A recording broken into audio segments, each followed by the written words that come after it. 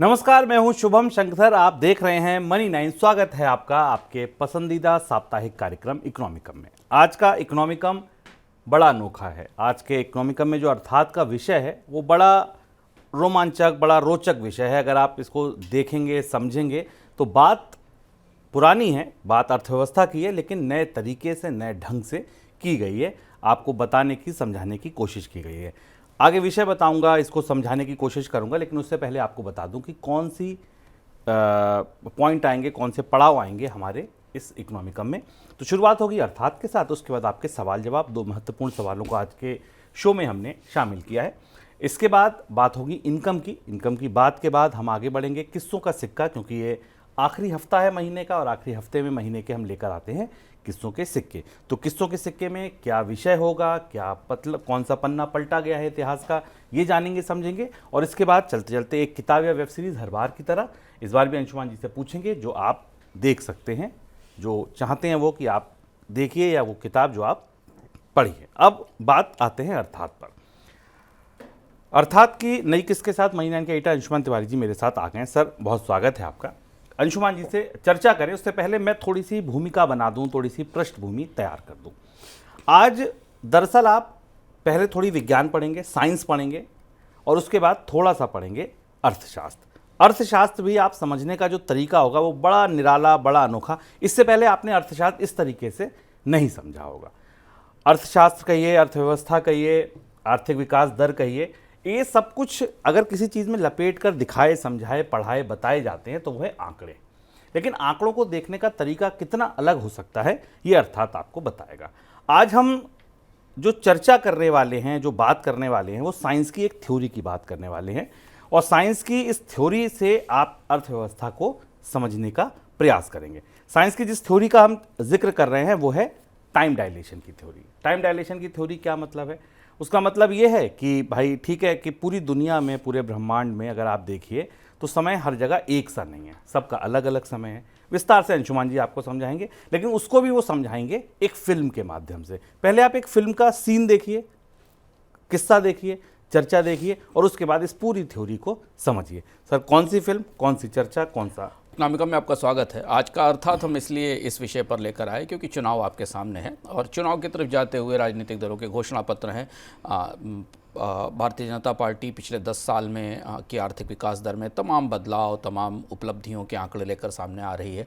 इसी दौरान आप बहुत सारी अंतर्राष्ट्रीय एजेंसियों की तरफ से भारत के आर्थिक विकास दर को लेकर आ रहे, बदल रहे, घट रहे, बढ़ रहे आंकलन देख रहे हैं। किसी भी देश के लिए चुनाव का समय लोकतंत्र के लिए सबसे महत्वपूर्ण होता है, जहाँ हर व्यक्ति पिछले 10 साल में, 5 साल में अपनी सरकार से अपनी ज़िंदगी में हुए बदलाव के आधार पर फैसला करता। आदर्श रूप से यही माना जाता है, और यही सरकारें बताने की कोशिश करती हैं कि हमने आपके लिए ऐसा किया, इतना अच्छा किया, आपकी ज़िंदगी इतनी बेहतर हुई। ये बड़ा पेचीदा सा, बड़ा उलझा हुआ सा आकलन होता है। हम अपनी ज़िंदगी के बदलावों को कैसे नापें एक सरकार की रोशनी में? सरकार तो बहुत बड़ी है, बहुत सारे काम करती है, पर परोक्ष रूप से, प्रत्यक्ष रूप से सरकारें सारा काम हमारे लिए करती हैं, क्योंकि हमने उनको चुना है, हमने उनको इतने अधिकार दिए हैं, हमारे ऊपर हमें हमारे टैक्स को खर्च करने का अधिकार उनके पास है, हमारी बचतों को इस्तेमाल करने का अधिकार उनके पास है। तो ये स्वाभाविक सी बात है कि हम ऐसे सवाल पूछें, ऐसे आकलन करें, जिससे हम जान सकें कि हमारी ज़िंदगी में, हमारे आसपास परिस्थितियों में क्या बदलाव हुआ। और यही तमाम राजनीतिक चर्चाओं, जाति की, धर्म की चर्चाओं के बीच मूल रूप से तो सरकारें लोगों की ज़िंदगी बेहतर करने के लिए चुनी जाती हैं, और ज़िंदगी कितनी बेहतर होती है इसको नापने के कई सारे पैमाने होते हैं, और अलग अलग लोगों की ज़िंदगी के बेहतर होने के आयाम भी अलग अलग होते हैं। इसे समझना खासा जटिल है और आसान है। पूरे साल हम इसकी कोशिश करते हैं, लेकिन कभी कभार दुनिया के में ऐसी परिस्थितियां बनती हैं जहां आपके लिए एक ही तस्वीर के दोनों हिस्से बिल्कुल एक दूसरे से उल्टे या असंगत दिखाई देते हैं, और दोनों हिस्से सही होते हैं।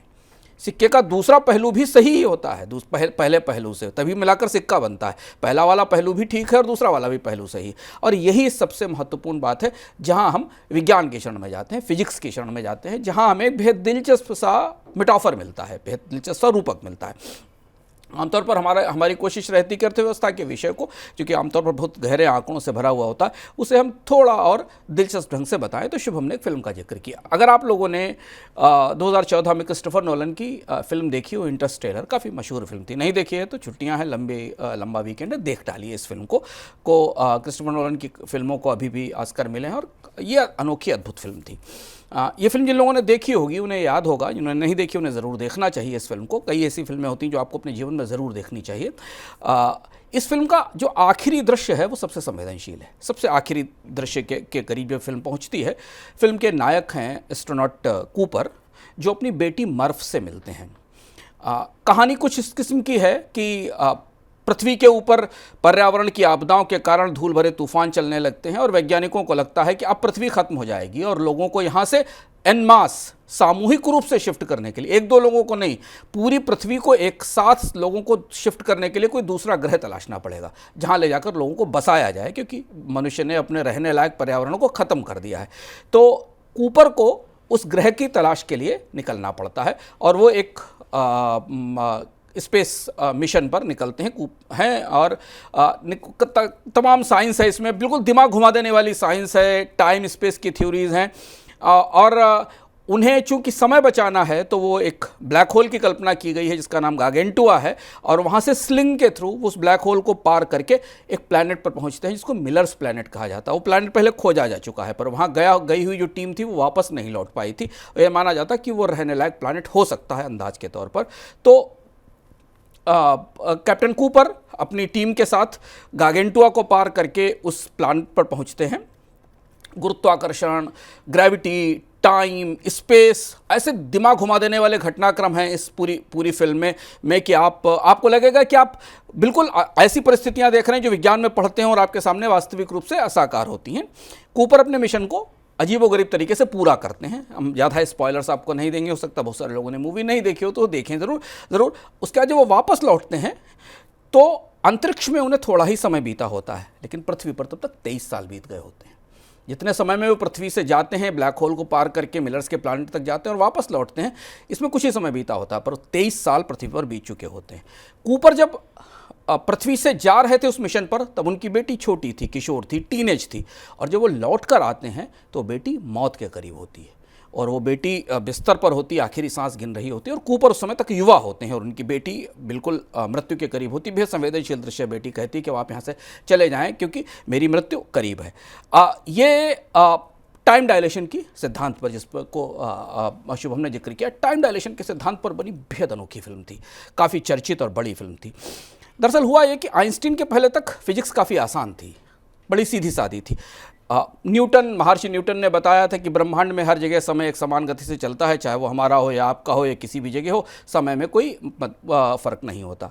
टाइम इज़ कांस्टेंट, ये थ्योरी उस समय तक काम करती थी।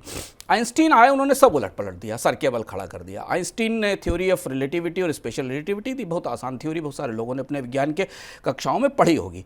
हुआ ये कि इससे जो समय को लेकर, टाइम को लेकर हमारी समझ थी उसका अचार बन गया, मुरब्बा बन गया बिल्कुल, कि समय को हम कैसे समझें, हमारे आसपास समय कैसे गुजरता है। आइंस्टीन ने पूछा समय कांस्टेंट कहाँ है भाई? समय तो कांस्टेंट है ही नहीं, समय तो सबके हिसाब से अलग अलग है। समय कब कहाँ किस गति से बदलेगा ये इस बात से तय होगा कि वहाँ ग्रेविटी की पावर कितनी है और जो आदमी समय को नाप रहा है उसकी स्पीड कितनी है। ग्रेविटी और वेलोसिटी बहुत सामान्य सी बेसिक साइंस की थ्योरी है, हम लोगों को शुरुआती कक्षाओं में ये पढ़ाई गई होगी। अब आइंस्टीन ने यह कहा कि ब्रह्मांड में अलग अलग जगह लोगों के लिए समय अलग अलग गति से बदलता है। हमारी मोटी समझ में वो एक ही समान समय हो, हमारा समय और आपका समय और बाकी लोगों का, लेकिन ब्रह्मांड में अलग अलग जगह से ही बदलता है। और यही टाइम डायलेशन है जिसके बाद पूरे यूनिवर्स की समझ बदल गई। आप कहेंगे तो वैज्ञानिक बात हो गई, ये तो सैद्धांतिक बात हो गई, क्योंकि फिजिक्स में बहुत सारी चर्चाएं सैद्धांतिक और वैज्ञानिक तौर पर हैं। लेकिन इंटरस्टेलर में जहाँ मिलर्स के प्लैनेट के पास कैप्टन कूपर का स्पेसशिप लैंड करता है, वो ब्लैक होल गार्गेंटुआ के पास है और वहाँ प्रचंड ग्रेविटी है उस गार्गेंटुआ के पास, और इसलिए वहाँ का 1 घंटा पृथ्वी के 7 साल के बराबर है।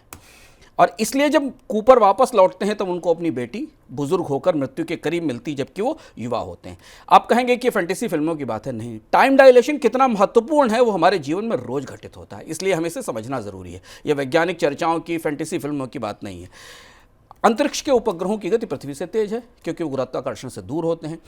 अगर उनकी गणनाएं टाइम डायलेशन के साथ न की जाए तो हम जीपीएस से कभी भी सही पोजीशन हासिल नहीं कर सकते, और इसलिए हम आपको एक बार सैटेलाइट के पूरे इकोनॉमिक में बता चुके हैं, और आपको भी आसानी से पता होगा कि जो उपग्रह अंतरिक्ष से जितनी दूर होता है उसकी गति की रफ्तार तेज होती है, और इसलिए वो जो समय का अंतर है पृथ्वी और उसकी गति के बीच में निकालकर तभी आपको एग्जैक्ट आपकी लोकेशन पता चलती है, क्योंकि ये समय का अंतर है। इसका जीपीएस इसी सिद्धांत पर काम करता है। तो हम सीधे अंतरिक्ष से भारत के चुनाव के मैदान में आते हैं। भारतीय अर्थव्यवस्था इस समय बेहद रोमांचक टाइम डायलेशन से गुजर रही है। अगर 2014 में अंतरिक्ष में कोई गया व्यक्ति 2024 में भारत लौटे तो वो कहाँ होगा? वो अगर दिल्ली में होगा, मुंबई में होगा, हवाई अड्डे पर खड़ा होगा, किसी एक्सप्रेसवे पर चल रहा होगा, हाईवे पर चल रहा होगा, तो उसे अर्थव्यवस्था की गति की तस्वीर की एक बिल्कुल दूसरी समझ विकसित होगी। लेकिन अगर वो कहीं दूसरी जगह खड़ा होगा, किसी गाँव में खड़ा होगा, बैंक में जा रहे लोगों के पास खड़ा होगा, बाजार के आंकड़ों के भीतर उतर कर देखेगा तो उसे एक बिल्कुल दूसरी तस्वीर दिखेगी। ये जो टाइम डायलेशन है ये बता रहा है इस समय, जबकि हम 10 साल के सरकार के मतदान के करीब बढ़ रहे हैं, चुनाव के करीब बढ़ रहे हैं, पूरी दुनिया की अर्थव्यवस्थाओं में काफ़ी बदलाव हो चुके हैं, कि आप इस पूरी अर्थव्यवस्था का जो गुरुत्व केंद्र है उससे कितने पास और कितने दूर हैं, और जहां जितने दूर हैं गुरुत्व केंद्र से अर्थव्यवस्था की विकास दर का असर आपके लिए उसी हिसाब से बदलता जाता है। समझना यह है कि आप कहां खड़े हैं, इसे कहां से देख रहे हैं, और आपकी अपनी विकास दर, क्योंकि एक बड़ी अर्थव्यवस्था में, पूरी अर्थव्यवस्था की विकास दर में व्यक्तियों की भी अपनी विकास दर होती है। 2014 में आपकी आर्थिक स्थिति कैसी थी, 2024 में कैसी है, आपके जीवन में कितने बदलाव हुए, इनकी रोशनी में जब आप देखें बेहद दिलचस्प नज़ारा दिखता है। राजनीतिक बहसों से अलग भी अर्थव्यवस्था की यह तस्वीर भारत में उदारीकरण के इतने साल बीतने के बाद बेहद रोमांचक है और बेहद उलझी हुई और जटिल और पेचीदा है। इसका एक हिस्सा हम आपको आज दिखाने की कोशिश कर रहे हैं। तो हम चलते हैं चुनाव के मैदान में। 10 साल में अर्थव्यवस्था में काफ़ी बड़ा बदलाव हो जाने की, भारत की अर्थव्यवस्था को $5 ट्रिलियन के क्लब में पहुंचा देने की दावा करते हुए सरकार मैदान में है। आंकड़ों की दुनिया इतनी गजब आपको दिखेगी कि आपको लगेगा कि सच में सब कुछ बदल गया है, बहुत कुछ बदल गया है, देश के अंदर काफ़ी बदलाव हो गया है। लेकिन एक दूसरा आंकड़ा आएगा तो आपको लगेगा कि अरे हम तो दूसरे ग्रह से इस चीज़ को देख रहे थे, करीब से दूसरी तरफ से देखने से तो आंकड़ा बिल्कुल कुछ और ही चीज़ हमें बता रहा है। बिल्कुल, अभी टाइम डायलेशन की थ्योरी अर्थव्यवस्था में कैसे उतरी, अब आपको ये समझ आएगा कि बीते 10 साल में सरकार ने कैसा काम किया, कितना काम किया, आपका जीवन कितना बदला, अर्थव्यवस्था कितनी बदली, देश कितना बदला, चीज़ें कितनी बदली। ये देखने का तरीका, जैसा अंशुमान जी ने बताया, कि आप एक्सप्रेसवे से खड़े होकर देखिए, हवाई अड्डे से खड़े होकर देखिए, और एक किसी गांव से खड़े होकर देखिए, तो आपको अलग देखेगा। ये टाइम डायलेशन अर्थव्यवस्था के आंकड़ों का है। तो चल सर, अर्थव्यवस्था के आंकड़ों को इस टाइम डायलेशन से कैसे समझें? अब आप देखिए, राजनीति में 10 साल का समय काफ़ी लंबा होता है। 10 साल में नेता रिटायर हो जाते हैं, 10 साल में 2 सरकारें आ जाती, पर समय की घड़ी में तो बहुत छोटा समय है 3600-3500 दिन ही होते हैं, जिसमें भी अगर आप वर्किंग आवर्स घटा दें तो और भी कम हो जाते हैं। तो राजनीति की दृष्टि से 10 साल काफ़ी बड़ा समय होता है, पीढ़ी बदल जाने जैसा समय होता है। पर समय की घड़ी में जब पूरी अर्थव्यवस्था करती तो कोई 10 साल के लिए निवेश नहीं करता, कोई 10 साल के लिए नौकरी नहीं करता, कोई 10 साल के लिए फैक्ट्री नहीं लगाता, कोई भी निवेशक 10 साल के हिसाब से कोई प्लानिंग नहीं करता। सिर्फ राजनेता को छोड़ दिया जाए जो 5 साल की राजनीतिक प्लानिंग करते हैं, इसके अलावा दुनिया में कोई भी व्यक्ति अपने भविष्य की प्लानिंग 5 साल को ध्यान में रखकर नहीं करता। हर चीज़ आप लंबे समय के लिए 10 साल 15 साल के लिए करते हैं। इसलिए हमेशा एक अंतर्विरोध रहता है कि राजनेता हमेशा चुनाव से चुनाव देखते हैं और निवेशक तो ये देखता है कि उसकी अगली पीढ़ी को क्या मिलेगा। आज वो जो प्रोडक्ट बना रहा है, जिस कंपनी को बना रहा है, उसे 2 साल में, 10 साल में, 15 साल में, 20 साल में कितना बड़ा होना होगा, और उसके उन्हीं प्रोजेक्शंस पर उसे निवेशकों का भरोसा मिलता है, उसकी इक्विटी बिकती है, उसे बैंकर्स लोन देते हैं। तो अब हम करीब से देखते हैं और दूर से देखते हैं। एक दूर से देखने का नजरिया है, करीब से देखने का नजरिया है, और तब आपको अर्थव्यवस्था का रिपोर्ट कार्ड और आपकी अपनी जिंदगी के रिपोर्ट कार्ड को समझने में मदद मिलेगी। और ध्यान रखिएगा कि सच दोनों तरफ है। वास्तविकता ऐसा नहीं है कि यह अंतर विरोध है, और अर्थव्यवस्था में इसीलिए एक बेहद दिलचस्प बात है कि इसमें कोई बाइनरीज नहीं होती। हम राजनीति में इस स्थिति में पहुंच जाते हैं अक्सर जहां हम बाइनरीज में चले जाते हैं कि या तो ये सही है, ये सही है। ऐसा नहीं है, तथ्य और सच दोनों तरफ है। अब विकास के मामले में एक बात शुभम सबको पता है कि जो दिखता है वही विकास होता है, वही महसूस होता है, ये तथ्य हमें पता है। और इस मामले में पिछले 10 साल की सरकार का रिकॉर्ड शानदार है, खासा चमकदार है। अगर आप पूरे देश में ट्रैवल करते हैं, जाते हैं, जैसे कि हम लोग जाते हैं, तो आपको सबसे सुकून भरी दृश्यावली, सबसे बड़े बदलाव की दृश्यावली कहाँ दिखाई देगी? सड़कें, हाईवे एक्सप्रेसवे बनना, शहरों के बीच में सड़कें बनना, नए रेलवे स्टेशन बनना, हवाई अड्डे बनना, ये बुनियादी ढांचा जो आपको अपने आसपास बनता हुआ दिखाई देता है। हालांकि बुनियादी ढांचे की रफ्तार हमेशा पिछली सरकार से अगली सरकार में तेज होती है, क्योंकि हमेशा वो बढ़ता जाता है, उसके लिए बजट बढ़ते जाते हैं। लेकिन पिछले 10 साल में भारत में इंफ्रास्ट्रक्चर बनने की रफ्तार पिछली किसी भी सरकार से सबसे ज़्यादा तेज थी। सबसे तेजी से रफ्तार से इंफ्रास्ट्रक्चर बनना शुरू हुआ, और वैरायटी इंफ्रास्ट्रक्चर बना। उसमें इकोनॉमिक इंफ्रास्ट्रक्चर भी, पावर भी, ट्रैवल भी। आप हाईवेज़ की लेंथ से इसको देख लीजिए, रफ्तार देखिए कि भारत में हाईवे की लेंथ की रफ्तार पिछले 10 साल में कितनी तेजी से बढ़ी, अगर आप 2011 से 2022 के तौर पर देखें। और यह रफ्तार आप अपने आसपास चलते हुए महसूस कर सकते हैं, जाते हुए देख सकते हैं। लेकिन यहाँ एक टाइम डायलेशन घटित होता है, और बड़ा दिलचस्प टाइम डायलेशन घटित होता है। अगर आप इन हाईवे और एक्सप्रेसवे के करीब देखें तो आपको अर्थव्यवस्था की रफ्तार बेहद तेज दौड़ती दिखाई देगी। जैसे कि कूपर जब मिलर के प्लैनेट के पास से पार करके गारगेंटुआ के पास पहुंचते हैं तो उनको रफ्तार बहुत तेज दिखाई देती। तो ऑटोमोबाइल कंपनियां हैं, उनके आंकड़े बता रहे हैं कि भारत में जो वाहनों की बिक्री की रफ्तार है वो 2014 से पहले ज़्यादा तेज थी, और अब धीमे धीमे प्री कोविड लेवल की ग्रोथ आ रही है, लेकिन ग्रोथ उतनी तेज नहीं। छोटी कारों का बाजार सिमट गया है, हम आपको बता रहे हैं।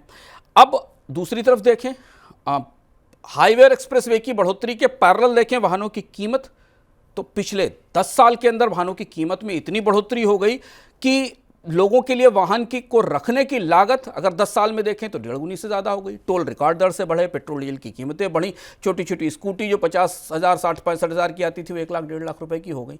तो कार के लिए कर्ज की ब्याज दर रिकॉर्ड ऊंचाई पर पहुंच गई। अब आप जब दोनों तथ्यों को एक साथ रख के देखें, हमेशा हमें देखना भी इसी तरह से चाहिए। हाईवे तो बने, पर हाईवे जिनके लिए बनाए गए थे उनके लिए वाहनों की अफोर्डेबिलिटी कम होती चली गई। यानी हाईवे पर जिनको चलना था, अपनी गाड़ियां लेकर आना था, जिन छोटी गाड़ियों की बिक्री बढ़नी थी, उनके लिए अफोर्डेबिलिटी कम हो गई। सड़क बनाने वाली कंपनी निचाई कर्ज के जाल में फंस गई। सड़कें रिकॉर्ड बनी, मैंने आपको ग्राफ दिखाया, लेकिन वो कर्ज के जाल में फंस गई। सरकार ने उसे बाजार से कर्ज लेने से रोक दिया। हुआ यह कि पिछले 3-4 सालों में एनएचएआई पे जिम्मेदारी आ गई कि सड़कें बना के बेच भी डालो, तो अपनी सड़कें बेचना उसके लिए ज़्यादा महत्वपूर्ण हो गया, बनी हुई सड़कों को बेचने के लिए। और 2000 के बाद इसका असर हुआ कि सड़कें बनने की रफ्तार में कमी भी आई। 2020 के बाद उसका कुछ कोविड का भी असर था, लेकिन उसके बाद भी उसमें गिरावट आई। अब और दूसरी तरफ देखिए, हवाई अड्डे बने और आधुनिक हवाई अड्डे बने। भारतीय हवाई अड्डों की तस्वीर 2014 से पहले बेहद खराब थी, कुछ ही बड़े हवाई अड्डे थे। लेकिन अगर आप छोटे शहरों में भी जाएं, छोटे छोटे शहरों में जाएं जहाँ 3-4 उड़ानें भी हैं, वहाँ भी हवाई अड्डे आधुनिक हैं, नए हैं, व्यवस्थित हैं, बहुत सारी चीज़ें। लेकिन एयरलाइंस की संख्या कम हो गई।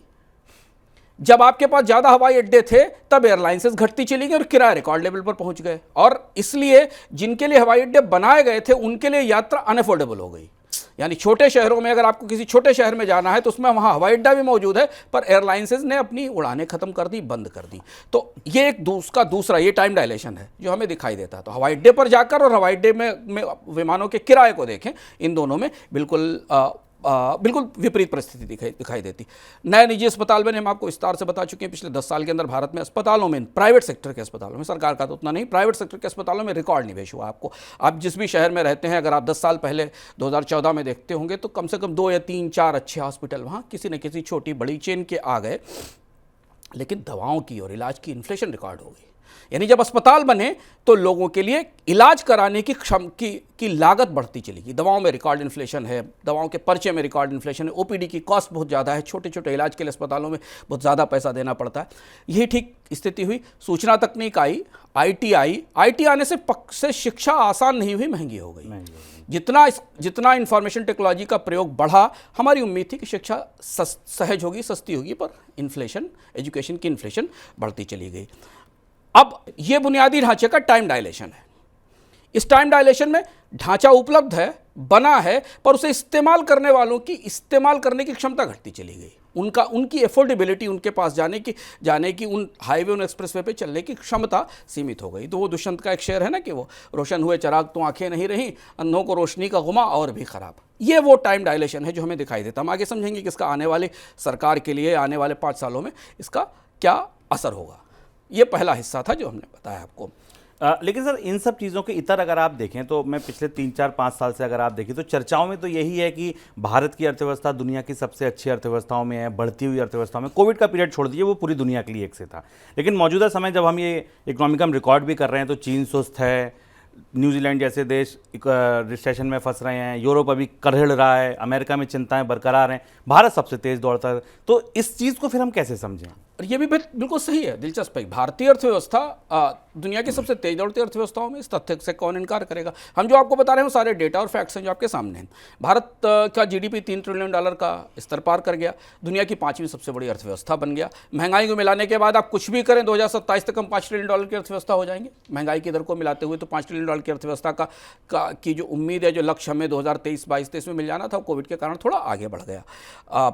यह आंकड़ा काफ़ी बड़ा है, $3 ट्रिलियन की अर्थव्यवस्था का आंकड़ा काफ़ी बड़ा है। दुनिया में सबसे तेज दौड़ने वाली अर्थव्यवस्था का डेटा महत्वपूर्ण है, और ख़ासतौर से तब आप इस पर गर्व कर सकते हैं कि दुनिया की बाकी अर्थव्यवस्थाएं जब संकट में हैं, क्राइसिस में हैं, रिसेशन में फंस रही हैं, तब भारतीय अर्थव्यवस्था ने अपनी रिजिलियंस, अपनी ताकत बनाए रखी। ये एक पहलू है। लेकिन फिर वही बात कि ग्रोथ के इस आंकड़े को आप देख कहाँ से रहे हैं, किस तरफ से खड़े हुए देख रहे हैं। अब हम आपको आंकड़ों के भीतर ले चलते हैं।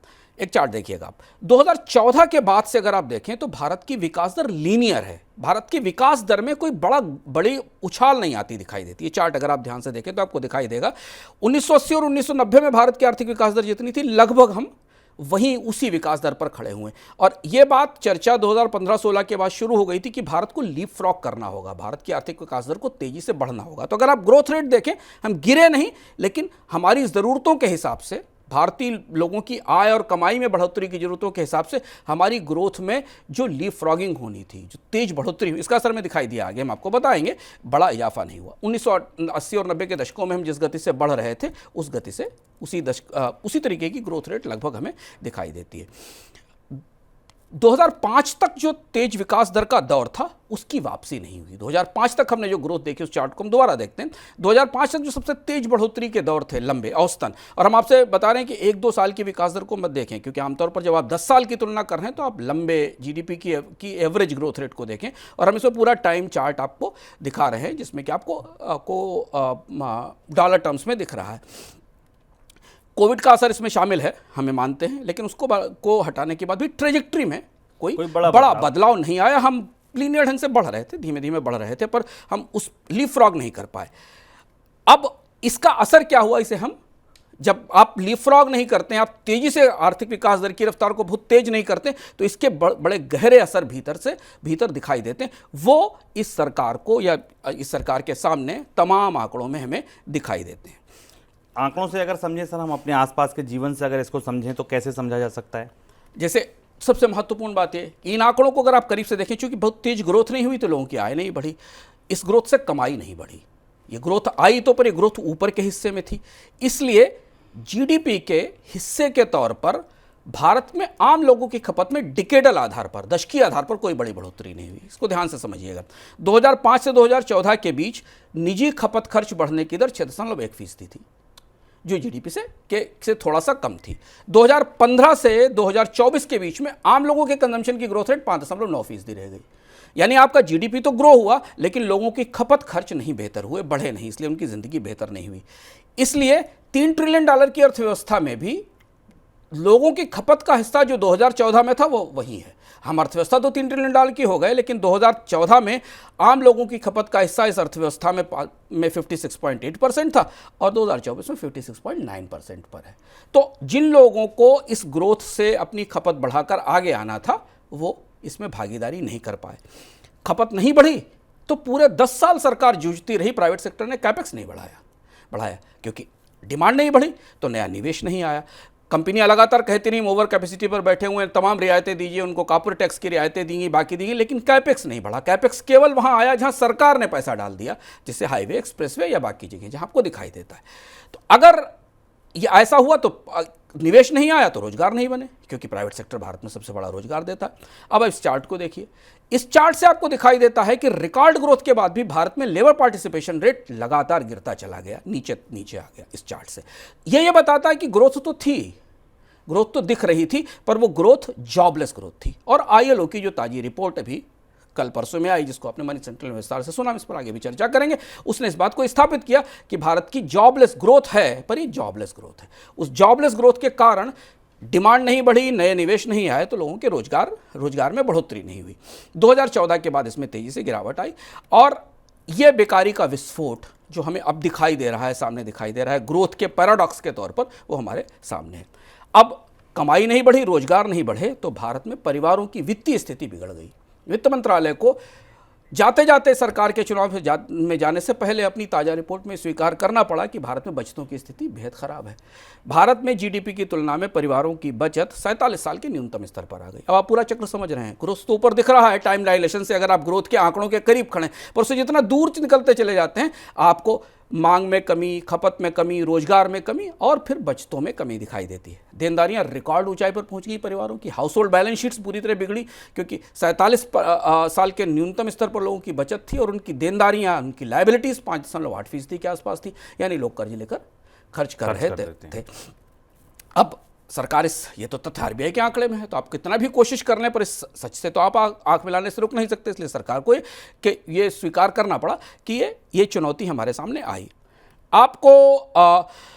इसीलिए आपको हमेशा इस खबर पर हैरानी होती होगी कि दुनिया की सबसे तेज दौड़ती अर्थव्यवस्था में आखिर सरकार को हर साल मनरेगा का बजट क्यों बढ़ाना पड़ता है।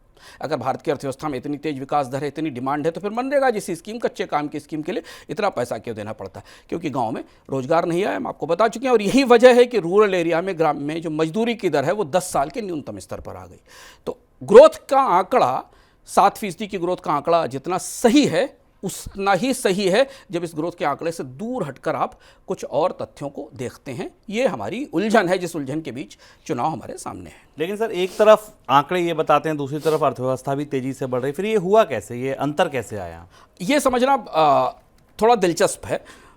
दरअसल भारत में भारतीय बजट के भीतर कुछ बड़े बदलाव हुए जो हमें अब करीब से दिखाई देते हैं। 2008 में जब लीमन क्राइसिस आई थी और भारत के सरकार का राजकोषीय संतुलन ध्वस्त हुआ था, उसके बाद से भारतीय बजट में राजकोषीय घाटा बढ़ना शुरू हुआ, तो वापस नहीं लौटा। 2008 के बाद से पिछली सरकार भी थी, मतलब इससे पहले की जो सरकार थी उसने भी राजकोषीय घाटे को संतुलित नहीं कर पाया, और ये सरकार भी आने के बाद राजकोषीय घाटे को संभाल नहीं पाई। बीते 10 साल की सबसे चौंकाने वाली बात यह थी कि भारत का कर्ज जीडीपी अनुपात सबसे ऊंचा हो गया। ये सबसे और गंभीर और चौंकाने वाली बात थी, जिसे सरकार को स्वीकार करना पड़ा। ऐसा क्यों हुआ, इसे समझना हमारे लिए जरूरी है, क्योंकि यही वो सबसे बड़ी दरार है जिसे आने वाले समय में ढकना मुश्किल हो जाएगा। चूंकि भारत की जीडीपी से, लोगों की बढ़ते हुए जीडीपी से, ना लोगों की आय बढ़ी, ना खपत बढ़ी, ना बचत बढ़ी।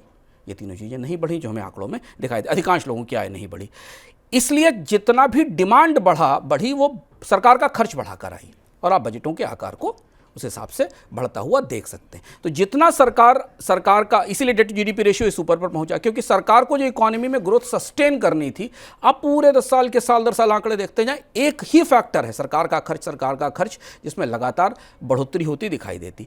इसके लिए सरकार ने रिकॉर्ड कर्ज लिया, क्योंकि जो काम हमें आपको अपनी खपत से, बचत से करना चाहिए था, जिससे कि कंपनियां निवेश करती, डिमांड आती, वो नहीं आई, तो सरकार को अपने पास से इकोनॉमी को सस्टेन करने के लिए चलाने के लिए, और ये जो आपको तेज ग्रोथ दिखाई दे रही है, इसे चलाना पड़ा। सरकार ने अपना खर्च कुछ इस कदर बढ़ाया कि पिछले 10 साल में टैक्स भी बढ़े, टैक्स का संग्रह भी बढ़ा। भारत के लोगों ने ज़्यादा बेहतर ढंग से टैक्स दिया, और ये महत्वपूर्ण बात है कि भारत में टैक्स का कलेक्शन भी पिछले 10 साल में बढ़ा है। टैक्स के दरें भी बढ़ी, इंपोर्ट ड्यूटीज़ भी बढ़ी, इनकम टैक्स की सारी रियायतें लगभग खत्म कर दी गई, कोई बड़ी रियायतें टैक्स में आम लोगों को नहीं दी गई। इस जीएसटी आया, जीएसटी ने पूरा सुधार किया, जीएसटी में भी दरें इस तरीके की रखी गई कि बेहतर रिटर्न आ सकें, टैक्स की चोरी भी कम हुई, ऐसा सरकार ने माना। लेकिन इसके बाद भी सरकार का खर्च नियंत्रित नहीं हुआ, कर्ज कम नहीं हुआ, कर्ज भी बढ़ता चला गया। तो जो बुनियादी ढांचे की चमक हमें दिखाई देती है हमारे लिए काफ़ी बेहतर है, अच्छा है, क्योंकि भारत ने इतना बड़ा बुनियादी ढांचे बनाया, लेकिन इसके पीछे सरकार का कर्ज खड़ा हुआ है, जो हमारे लिए इस समय चुनौती है। हाँ, जहाँ सरकार 10 साल का जो सबसे अंधेरा हिस्सा है वो ये है कि ये कर्ज का जाल नहीं आया होता शुभम, अगर प्राइवेटाइजेशन हो गया होता। पिछले 10 साल में सरकार, इतनी बहुमत की सरकार, उतना भी प्राइवेटाइजेशन नहीं कर पाई जितनी इससे पहले के एनडीए की सरकार करके गई थी, जो कि वाजपेयी की सरकार थी। निजीकरण की कोई सफलता, बड़ी सफलता पिछले 10 साल में नहीं दिखाई दी। इसलिए हर साल सरकार साल के अंत में जब अपनी बैलेंस शीट चेक करती थी तो उसे नया कर्ज लेना पड़ता था, क्योंकि उसने जो बेचने के लिए कंपनियां सामने खड़ी की थी वो बिक नहीं रही थी। और सरकार सार्वजनिक क्षेत्र को फुलाती चली गई, पैसा डाल डालकर बढ़ती चली गई, उनके खर्चे बढ़ते चले गए, उनको पैसा दिया जाता रहा, जबकि जो मौजूद था उसे बेचा नहीं जा सका। और इसलिए हम इस स्थिति में आ गए कि हमने आपको बताया कि NHAI सड़कें बनाए या बेचे, इसी दुविधा में 2020-22 के आसपास के बाद से शुरू हो गई। तो ये तो बात हो गई सर बीते 10 साल की, ठीक है, टाइम डायलेशन भी समझ में आ गया। अब यहाँ से आगे की राह कैसे दिखती है? तो अब अगर आप विकास का जो गुरुत्व केंद्र है, जहाँ पर शॉपिंग मॉल्स हैं, जहाँ पर प्रीमियम प्रोडक्ट्स हैं, हम आपको बता रहे हैं भारत में प्रीमियमाइजेशन बढ़ा है, तो सरकार भी मान रही है, RBI भी मान रहा है कि भारत में प्रीमियम प्रोडक्ट्स की डिमांड बढ़ रही है, इनकम लेवल्स एक सर्टेन क्लास के बढ़े हैं। पिछले 1 साल के अंदर हिंदुस्तान लीवर, पार्ले जैसी कंपनियों ने अपने 70% प्रीमियम प्रोडक्ट लॉन्च किए हैं, जबकि इससे ठीक 3 साल पहले उनके 70% प्रोडक्ट लो कॉस्ट प्रोडक्ट हुआ करते थे। तो ये प्रीमियमाइजेशन बढ़ा। ये जो तस्वीर हमारे सामने दिखती है, अगर इससे देखें तो आपको विकास की ऊर्जा महसूस होगी, और वो जो 7% की विकास दर है, 6.5% की विकास दर आप महसूस करेंगे। लेकिन अगर आप उससे दूर जाएंगे तो औसत मध्यम वर्ग के व्यक्ति की बैलेंस शीट देखेंगे, उसके परिवार की बैलेंस शीट देखेंगे, तो आपको कोई दूसरी तस्वीर बनती दिखाई देगी जो हमें आंकड़ों में दिखती है। अब यहाँ से जो हम बार बार कह रहे हैं कि सरकार, चुनाव होगा, सरकार आएगी, जुलाई के बाद जब हम आएंगे तो सरकार को बहुत सारी महत्वपूर्ण चीज़ें पिछले 10 साल की देखनी पड़ेंगी, जो भी नई सरकार होगी, और यहाँ की राह खासी चुनौतीपूर्ण है। सरकार ने जो बुनियादी ढांचा बनाया है, इसका इस्तेमाल अगर नहीं हुआ तो इसके मेंटेनेंस की लागत बढ़ती जाएगी, क्योंकि आपने इतने बड़े बड़े हवाई अड्डे बनाए, इतने एक्सप्रेसवेज बनाए, रोड्स बनाए, उनके ऊपर आप ट्रैफिक की स्थिति देखिए, एक्सप्रेसवे के इस्तेमाल की ट्रैफिक की स्थिति देखिए, इन्हें मेंटेन करना सबसे बड़ी समस्या है। चीन की अर्थव्यवस्था की सबसे बड़ी चुनौती हो गई कि उसने इंफ्रास्ट्रक्चर बना लिया, मेंटेनेंस की कॉस्ट उसकी बहुत ज़्यादा है। तो अगर इसको मेंटेन करने की लागत निकालनी होगी तो इनके इस्तेमाल की लागत बढ़ती जाएगी। भाई, अगर एक एक्सप्रेसवे के ऊपर वहाँ हर 2 किलोमीटर पर वाहन चल रहे हों तो आप टोल कम कर सकते हैं, लेकिन जब वाहन ही नहीं होंगे तो आप टोल की दरें बढ़ाते चले जाएंगे। तो इसके मेंटेनेंस की कॉस्ट आने वाले समय में, और कर्ज पर बनाया गया है, तो किसी ने भी कहीं से भी कर्ज लिया उसे चुकाना पड़ेगा, और उसकी अपनी एक लागत होगी, तो तब फिर इसे बेचना पड़ेगा फिर से। और यही सड़कों के मामले में हमें बनता हुआ दिखाई दे रहा। हवाई अड्डे भी बेचने पड़ेंगे आने वाले समय में, बिके भी हैं और आने वाले समय में बेचने पड़ेंगे। और इसलिए नई सरकार के पास अब कोई विकल्प नहीं होगा कि वो जो इंफ्रास्ट्रक्चर उसने इतने 10 साल में तमाम कर्ज लेकर बनाया है, इसे वो बेचे पलट कर। तो वो बिक्री आपको बाद में दिखाई देगी। ये सारा इंफ्रास्ट्रक्चर सेल में जाएगा, इसको सेल करना पड़ेगा, और सेल करके वो पैसा आएगा, तब हम आगे कर्ज की जो देनदारियाँ हैं उसे चुका सकेंगे। दूसरी महत्वपूर्ण बात, इंडस्ट्री को दिख गया कि तेज ग्रोथ के बावजूद, अच्छी ग्रोथ के बावजूद, दुनिया को पराजित करने वाली आर्थिक विकास दर के बावजूद, जबकि दुनिया की अर्थव्यवस्थाएं मंदी की स्थिति में है, भारत में खपत का बाजार सिकुड़ गया। ग्रोथ तो अच्छी थी, आपको टॉप लाइन ग्रोथ 7%, 6.5% पर दिख रही थी, पर जो कंजम्पशन का मार्केट था वो सिकुड़ता चला गया। रिजर्व बैंक ने अपनी रिपोर्ट में कहा कि भारत में कंजम्पशन का मार्केट प्रीमियम लेवल पर जा रहा है। अब निजी कंपनियां अपनी पूरी स्ट्रेटजी बदलने की कोशिश करेंगी। अभी तक वो भारत में मास मार्केट को फोकस करके प्रोडक्ट बनाती थी, क्षमताएं बनाती थी, कैपेसिटीज़ लगाती थी। उनको लगता था कि भारत में निचले स्तर से लोगों की मांग आनी शुरू होगी, जो निम्न मध्यम वर्ग है वो मध्यम वर्ग हो जाएगा। अगर वो व्यक्ति साल में 5 टी-शर्ट्स खरीद रहा है तो उसकी कमाई बढ़ेगी और 15 टी-शर्ट्स खरीदने लगेगा। इस हिसाब के कैलकुलेशंस कंपनियों के प्रोजेक्शंस में किए जाते थे, वो नहीं है। तो अब कंपनियां आने वाले समय तक, जब तक ये मास मार्केट चलना नहीं शुरू होगा, यहाँ से मांग आनी शुरू नहीं होगी, उनके नए इन्वेस्टमेंट नहीं आएंगे। इसका नतीजा क्या दिखेगा? बाजार में एकाधिकार पहले ही आ गया और ज़्यादा बढ़ेंगे, क्योंकि जो मास मार्केट पे सर्वाइव करने वाली कंपनियां हैं उनके लिए बाजार में चुनौती होगी। तो आपको आने वाले समय में मोनोपोलीज दिखेंगी। और अगर आप कंपटीशन कमीशन के ताजे कामकाज को देखें ना, तो तमाम इन चीज़ों को सेंस कर रहा है। फिनटेक में भी मोनोपोली दिख रही है उसको, टेलीकॉम में भी मोनोपोली दिख रही है। तो आने वाले समय में सरकार बनाम उद्योग हमें दिखेगा, अगर सरकार बाजार में प्रतिस्पर्धा लाने की कोशिश करेगी। और तीसरी और सबसे चिंताजनक बात है कि परिवारों की बैलेंस शीट कैसे सुधरेगी, जो बुरी तरह ध्वस्त है, और जिसका असर हमें सरकार के खजाने पर भी दिख रहा है। चूंकि जो ग्रोथ के साथ खपत और रोजगार का जो वर्चुअस साइकिल है, जो सुचक्र है, वो शुरू होना ज़रूरी था। हम 10 साल बीत गए, ग्रोथ अच्छी लेकर आए, पर वो खपत और रोजगार का सुचक्र जो था, जो पहिया रुका था 2014 से पहले, वो नहीं शुरू हुआ। अब बजट के दबाव ऐसे हैं कि सरकार को अपने कर्मचारियों की संख्या भी कम करनी पड़ेगी और इसलिए इसका एक दूसरा पहलू ये होगा कि निचली आबादी को, निचले तबकों को तमाम तरीके की सब्सिडी स्कीमें देकर ही सरकारों को अपनी राजनीतिक व्यवस्था को चलाना पड़ सकता है, क्योंकि या तो सरकार उन्हें जीविका के साधन उपलब्ध कराए, नहीं हो तो उनको अनाज दे, सस्ता सिलेंडर दे, या फिर बाजार उनको रोजगार दे। तो जब बाजार रोजगार नहीं दे पा रहा होगा तो सरकारों के बजटों से ज़्यादा पैसा इस तरीके की स्कीमों पर खर्च होगा जिन स्कीमों से उन्हें कम से कम बेसिक सब्सिस्टेंस की चीज़ें अनाज या गैस या सिलेंडर या ईंधन, ये सारी चीज़ें दे सके। अगर आप पॉलिटिकल दृष्टि से देखें, राजनीतिक दृष्टि से देखें, आर्थिक दृष्टि से अगर के बजाय, तो बीते 10 साल भारत के सबसे रोमांचक और सबसे परिवर्तनकारी दशक है। यहाँ से भारत की राजनीति में जो बदलाव हुए वो अगले कई दशकों तक भारत को प्रभावित करेंगे। लेकिन क्या सबसे बड़े जनमत वाली, सबसे बड़े राजनीतिक बदलाव वाली सरकार पिछले 10 साल में भारतीय अर्थव्यवस्था की मशीन को ठीक कर पाई? वो मशीन जो बुनियादी रूप से उन समस्याओं का शिकार थी, जॉबलेस ग्रोथ की, लो इनकम की, कम डिमांड की, सरकार के भारी घाटे की, यही तो बीमारियां थी जो बीमारियां 2012 में भी हम सुनते थे शुरू में। सही बात। 2012-13 में कि सरकार के घाटे बहुत हैं, कर्ज बहुत ज़्यादा। तो उस बुनियादी मशीन को, अर्थव्यवस्था की उस बुनियादी मशीन को सुधार पाई। इसका जवाब आप बीते 10 साल में अपनी बैलेंस शीट देखकर, अपने परिवार की बैलेंस शीट देखकर, अपने खर्च की बैलेंस शीट देखकर लगा सकते हैं। और ये हिसाब आप जरूर करिए, चुनाव का मौका है, ये हिसाब आपके लिए करना जरूरी है। आंकड़े हमने आपके सामने दोनों तरफ से रख दिया है। टाइम डायलेशन में आप कहाँ खड़े हैं वहाँ से इसका हिसाब करिए और देखिए कि हम किस दिशा में हैं। तो अब आज आप सबसे पहले यही सोचिए कि बीते 10 साल में आपकी अपनी बैलेंस शीट कितनी सुधरी, आपकी आय कितनी बढ़ी, खर्च कितने बढ़े, महंगाई ने कितना परेशान किया, निवेश पे आपको कितना रिटर्न मिला, जो चीज़ें आपके इर्द गिर्द हैं, आपके पास हैं, भारत की ग्रोथ में आपकी हिस्सेदारी, आपकी ग्रोथ कितनी है। और टाइम डायलेशन की थ्योरी तो आपको निश्चित तौर पर समझ आ ही गई होगी। आगे बढ़ते हैं, अब बारी है सवाल जवाब की। सर, पहला सवाल अनुराग का है। अनुराग कह रहे हैं पर्यटन क्षेत्र रोजगार सृजन में महत्वपूर्ण भूमिका निभा सकता है, सरकार इसको कैसे बढ़ाए, क्या चुनौतियां हैं? पर्यटन में हमने इस पिछले 10 साल में पर्यटन को लेकर काफ़ी चुनौतीपूर्ण समय देखा है। एक तो कोविड के कारण भारत में पर्यटकों की संख्या में, पूरी दुनिया में पर्यटन उद्योग बुरी तरह प्रभावित रहा। तो अगर आप 10 साल के कामकाज में बाद के 5 साल देखें तो पर्यटन के दृष्टि से बहुत अच्छे नहीं रहे। जब थोड़ा बहुत बाजार खुला और कामकाज शुरू हुआ तो लोगों ने पर्यटन शुरू किया। अंतर्राष्ट्रीय पर्यटकों का अराइवल उतनी तेज़ी से नहीं बढ़ा कोविड के बाद से और उससे पहले भी। पर्यटन हमेशा कंजम्पशन स्पेंडिंग का और एंटरटेनमेंट स्पेंडिंग का हिस्सा होता है। पर्यटन वही व्यक्ति कर सकता है जिसके पास सरप्लस फंड्स हों, जिसके पास खर्च करने के लिए पैसा हो। तो सुनने में तो पर्यटन बहुत अच्छा लगता है, पर पर्यटन की अपनी कॉस्ट है, उसकी एक अपनी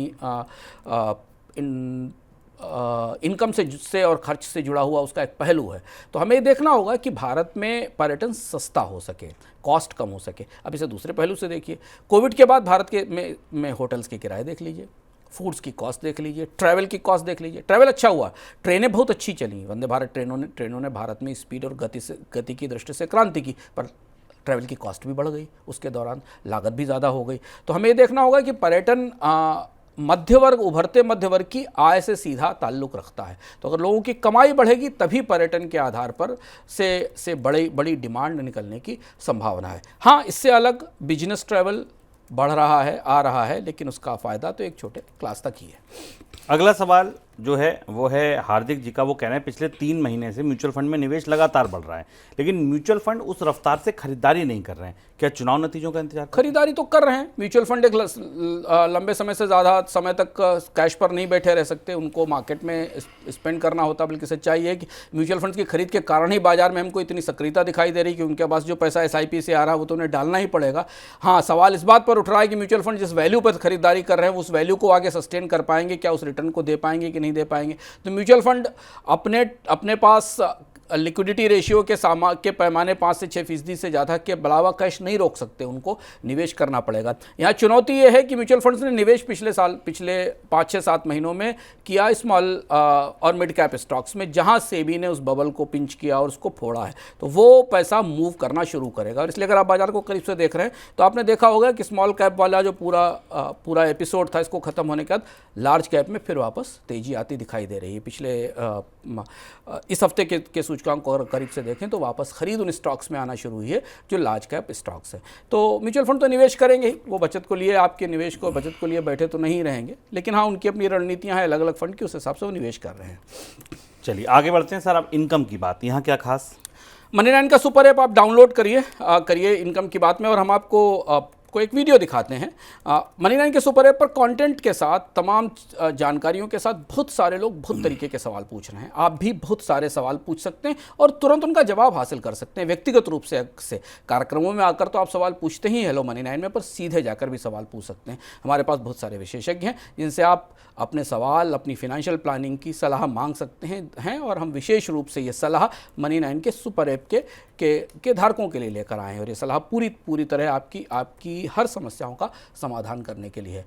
तो देर मत कीजिए, कोई भी छोटी भी समस्या हो, मुझे बीमा पॉलिसी कैसे खरीदनी चाहिए, मेरी आयु इतनी है, मेरी जिम्मेदारियां इतनी, मेरे लिए कैसी बीमा पॉलिसी होनी चाहिए, ऐसे सवाल पूछिए जिससे कि आपको आपकी बेसिक जानकारी और समझ बेहतर हो सके।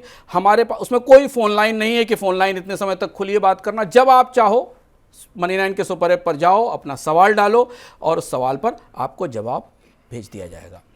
चलिए, तो इनकम की बात में आपको सवाल पूछना है, आस्क द एक्सपर्ट हमारे सेक्शन में आइए। जो सवाल है आपके पर्सनल फाइनेंस से जुड़ा, बीमा हो, बचत हो, निवेश हो, फिक्स्ड इनकम हो, म्यूचुअल फंड हो, इंश्योरेंस हो, जो पूछना चाहें आप, उससे जुड़ा सवाल अपने मनपसंद एक्सपर्ट से अपने मनपसंद समय पर पूछ लीजिए।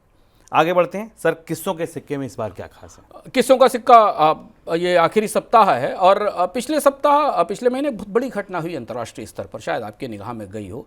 स्वीडन नाटो का हिस्सा बन गया। वो स्वीडन जो 200 साल से तटस्थ था पूरी तरह यूरोप की राजनीति में, 200 साल में यूरोप की राजनीति में इतने उतार चढ़ाव हुए, पर स्वीडन एक ऐसा देश था जिसने अपने आप को सारी राजनीति से, प्रथम विश्व युद्ध से और दूसरे विश्व युद्ध से भी अपने को दूर रखा था। अचानक ऐसा क्या हुआ कि स्वीडन को नाटो का हिस्सा बनना पड़ा है? आपको पता है, रूस के हमले के बाद स्वीडन में जिस तरीके का डर और खौफ का माहौल है, इसलिए वो नाटो की शरण में चला गया। पर किस्सा ये नहीं, किस्सा ये है कि स्वीडन को इस तटस्थता की तरफ ले जाने वाला जो नेता था वो कहाँ से आया था। और आप आश्चर्य करेंगे कि दुनिया में स्वीडन शायद अकेला ऐसा देश है जहां दुश्मन देश का सेनापति, जिसने उस देश पर हमला किया, उसे ही स्वीडन ने अपना राजा बना दिया, और उस राजा ने स्वीडन की पूरी तस्वीर बदल दी। इसका नाम भी शायद आपने कम लोगों ने सुना होगा। यूरोप के इतिहास का बेहद अद्भुत किस्सा, जिसमें नेपोलियन भी शामिल हैं और एक ऐसा नायक शामिल है जो बाद में स्वीडन का सबसे बड़ा नेता बना, जबकि मूलतः वो स्वीडन के दुश्मन देश का सेना नायक था। इस बार हम किस्सों के सिक्के में स्वीडन की इसी तटस्थता की यात्रा को थोड़ा पीछे जाकर समझने की कोशिश करेंगे किस्सों के सिक्के में। चलिए, तो किस्सों के सिक्के का विषय भी आपको पता चल गया। किस्सों के सिक्के में इस बार आप एक नए पहलू पर चर्चा करेंगे, एक नया इतिहास पढ़ेंगे। शायद आपने वो राजा का नाम भी नहीं सुना होगा, शायद आपने इस चर्चा को भी नहीं सुना होगा, सिर्फ आपको इतना पता होगा हाँ नाटो में स्वीडन आ गया है। राजा की कहानी किस्सों के सिक्के में जरूर सुनिएगा। सर, कोई किताब या वेब सीरीज? अगर आप अब्राहमिक रिलीजन्स के इतिहास पर, ख़ासतौर पर क्रिश्चियनिटी, ज्यूज़ और इस्लाम के इतिहास को बेहद अनोखे और नए ढंग से डॉक्यूमेंट्री के माध्यम से समझना चाहते हैं तो नेटफ्लिक्स पर एक सीरीज़ है टेस्टामेंट ऑफ मोसेस, अभी आई है, शुरू हुई है। बेहद दिलचस्प ढंग से फिल्माई गई सीरीज़ है। बहुत सारे सवाल जो हमारे दिमाग में इन 3 धर्मों को लेकर, इनके इतिहास और किस्सों को लेकर होते हैं, उसे बेहद रोचक और नाटकीय ढंग से फिल्माया गया। इस सीरीज़ को देखिए। छुट्टियां हैं, लॉन्ग वीकेंड है, आपको उन धर्मों के बारे में जिन धर्मों को लेकर हमारे दिमाग में तमाम तरह की अलग अलग सूचनाएँ आती रहती हैं, उन्हें समझने में मदद मिलेगी। दिलचस्प सीरीज़ है, नेटफ्लिक्स पर देख डालिए। तो ये था आपका सुपर पैक इकोनॉमिकम। पूरी उम्मीद है आपको पसंद आया होगा। आप अपने सुझाव, अपनी प्रतिक्रियाएं, अपने सवाल हमको ज़रूर लिख के भेजिए, और इसके साथ साथ आप ऐप के अनुभव ज़रूर लिखिए। अगर आपने मनी9 का ऐप डाउनलोड किया है, अलग अलग नई सर्विसेज, सेवाएं उसमें जुड़ रही हैं, आप उनका इस्तेमाल कर रहे हैं, आपको उसमें क्या अच्छा लगा, कहाँ आप और सुधार चाहते हैं, क्या नया चाहते हैं, आपके जो भी सुझाव हैं हमको ज़रूर भेजिए, हम उन पर ज़रूर काम करेंगे। फिलहाल दीजिए इजाज़त, बने रहिए मनी9 के साथ। नमस्कार।